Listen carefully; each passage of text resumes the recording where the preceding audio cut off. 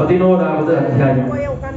11வது அத்தியாயத்திலே மறுபடியும் தேவர்கள் அன்னையை நோக்கி நாராயணி நமோஸ்துதே நாராயணி நமோஸ்துதே என்று ஸ்துதி செய்த சரிதம் இந்த சரிதம். இந்த சரிதத்திற்கு அதிதேவதையாக விளங்கக்கூடியவள் புவனீஸ்வரி எனும் சண்டிகை. புவனம் அப்படின்னா உலகம்.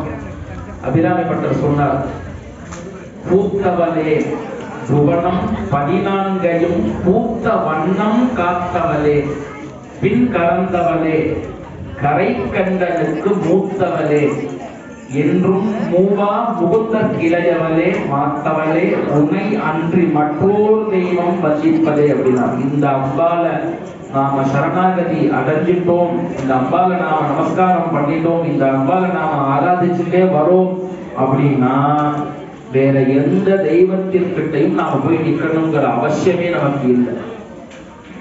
புவனம் 14 பூத்த வண்ணம் காத்தவள். அதாவது பூ அப்படின்னா என்ன ஆகும், கொஞ்ச நாள்ல வாடி போகும், இல்ல செடியை விட்டு கீழே விழும். அப்படி இல்லாமல் பூத்த வண்ணமே இந்த உலகத்தை காக்கக்கூடியவள் யார் அப்படின்னா அந்த சாட்சாத் புவனீஸ்வரி எனும் சண்டிகை. கரை கண்டனுக்கு மூத்தவளே அப்படின்னா அவருக்கு அவதான் உயர்ந்தவள் அப்படின்னு சொல்றதுக்கு வேற எதுவும் கிடைக்கல. இந்த உலகத்திலேயே அருந்த பழசு அப்படின்னு ஒண்ணு உண்டுன்னா அது பரமேஸ்வரம் உண்டுதான்.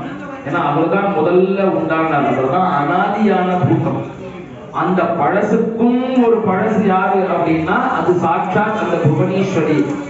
என்றும் மூவா முகுந்தற்கு இளையவளே அப்படின்னார். அடுத்த லைன், இளமையாக இருக்கக்கூடியவர், இந்த உலகத்துல யௌவனமாக எப்பவுமே இருக்கக்கூடியவர் யாருன்னா அந்த மகாவிஷ்ணு. அவளுக்கு இளையவளாக இருக்கக்கூடியவள் அன்னை. அப்படி எல்லா இடத்திலும் நீக்கமர நிறைந்திருக்கக்கூடிய சக்தியாக வியாபித்திருக்கக்கூடிய அன்னை புவனீஸ்வரி எனும் சண்டிகை. அந்த அன்னையினுடைய அனுகிரகத்தை நாம் அனைவரும் பெற வேண்டும். எல்லா சௌக்கியங்களையும் அன்னை நமக்கு எப்பொழுதும் வாரி வழங்க வேண்டும். எப்ப அப்பா அனுகிரகம் பண்ணுவான்னா உனையன்றி மற்றொரு தெய்வம் வந்திப்பதேங்கிற எண்ணம் நமக்கு இருக்கணும். அப்ப என்ன பண்ணுவா, அப்பா அனுகிரகம் பண்ணுவா. அகஸ்தியர் அந்த நவரத்ன மாலையில சொன்னார், நானி நின் நாமமும் துதியும் நவிலாதவரை நாடாதவளே அப்படின்னார். இங்க உட்கார்ந்து நாம அம்பாளுடைய நாமா சொல்றதுக்கு கூச்சப்பட்டோம், இந்த அம்பாளுடைய நாமாவை சொல்றதுக்கு நாம வெட்கப்பட்டோம், வேற ஏதாவது சிந்தனையில இருந்தோம்னா துணி கூட நம்மள அம்பாள் திருப்பி பார்க்க மாட்டான். நமக்கு ஒரு கெட்ட பழக்கம் இருக்கு. கோயிலுக்கு போனோம், சண்டிகோமம் நடந்தது, நாங்க தரிசனம் பண்ணோம், பிரசாதம் வாங்கிட்டு வந்தோம் அப்படிங்கிற ஒரு மனஸ்திருப்தி நமக்கு எல்லாருக்குமே கிடைச்சிடும். நாம யாராவது ஒரு நாளாவது யோசிச்சு பார்த்துருப்போமா, நாம கோயிலுக்கு போனோமே அம்பாளுடைய கடைக்கண் பார்வை நமக்கு நம்ம மேல விழுந்துதா, அதுக்கு ஏற்ற ஒரு பாத்திரமாக நாம கோயில்ல இருந்தோமான்னு என்னைக்காவது ஒரு நாள் நம்ம யோசிச்சு பார்த்தோமா அப்படின்னா நமக்கு என்ன ஆகும், அன்னைக்கு நம்ம அம்பாள் பார்க்க ஆரம்பிச்சுதானே.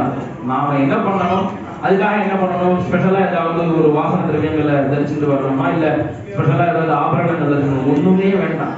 அம்பால நினைச்சா போதும், என்னாகும், அவளுடைய பார்வை நமக்கு நம்ம மேல விழுந்துடும். அந்த நினைக்கக்கூடிய ஒரு மனதை அம்பாள் நமக்கு அனுகிரகம் செய்தால் நிச்சயமாக நம்ம இந்த உலகத்தில் இருக்கக்கூடிய அத்துணை செல்வங்களும் அம்பாளுடைய பார்வை வந்துருதுன்னா அதெல்லாம் அடுத்த கிழமை என்னாகும், நாம கேட்கறதுக்கு முன்னாடி நம்ம கிட்ட வந்துடும் அப்படின்னு பிரார்த்தனை பண்ணிட்டு இந்த 11வது அத்தியாய ஹோமத்தினை துவங்குகின்றோம்.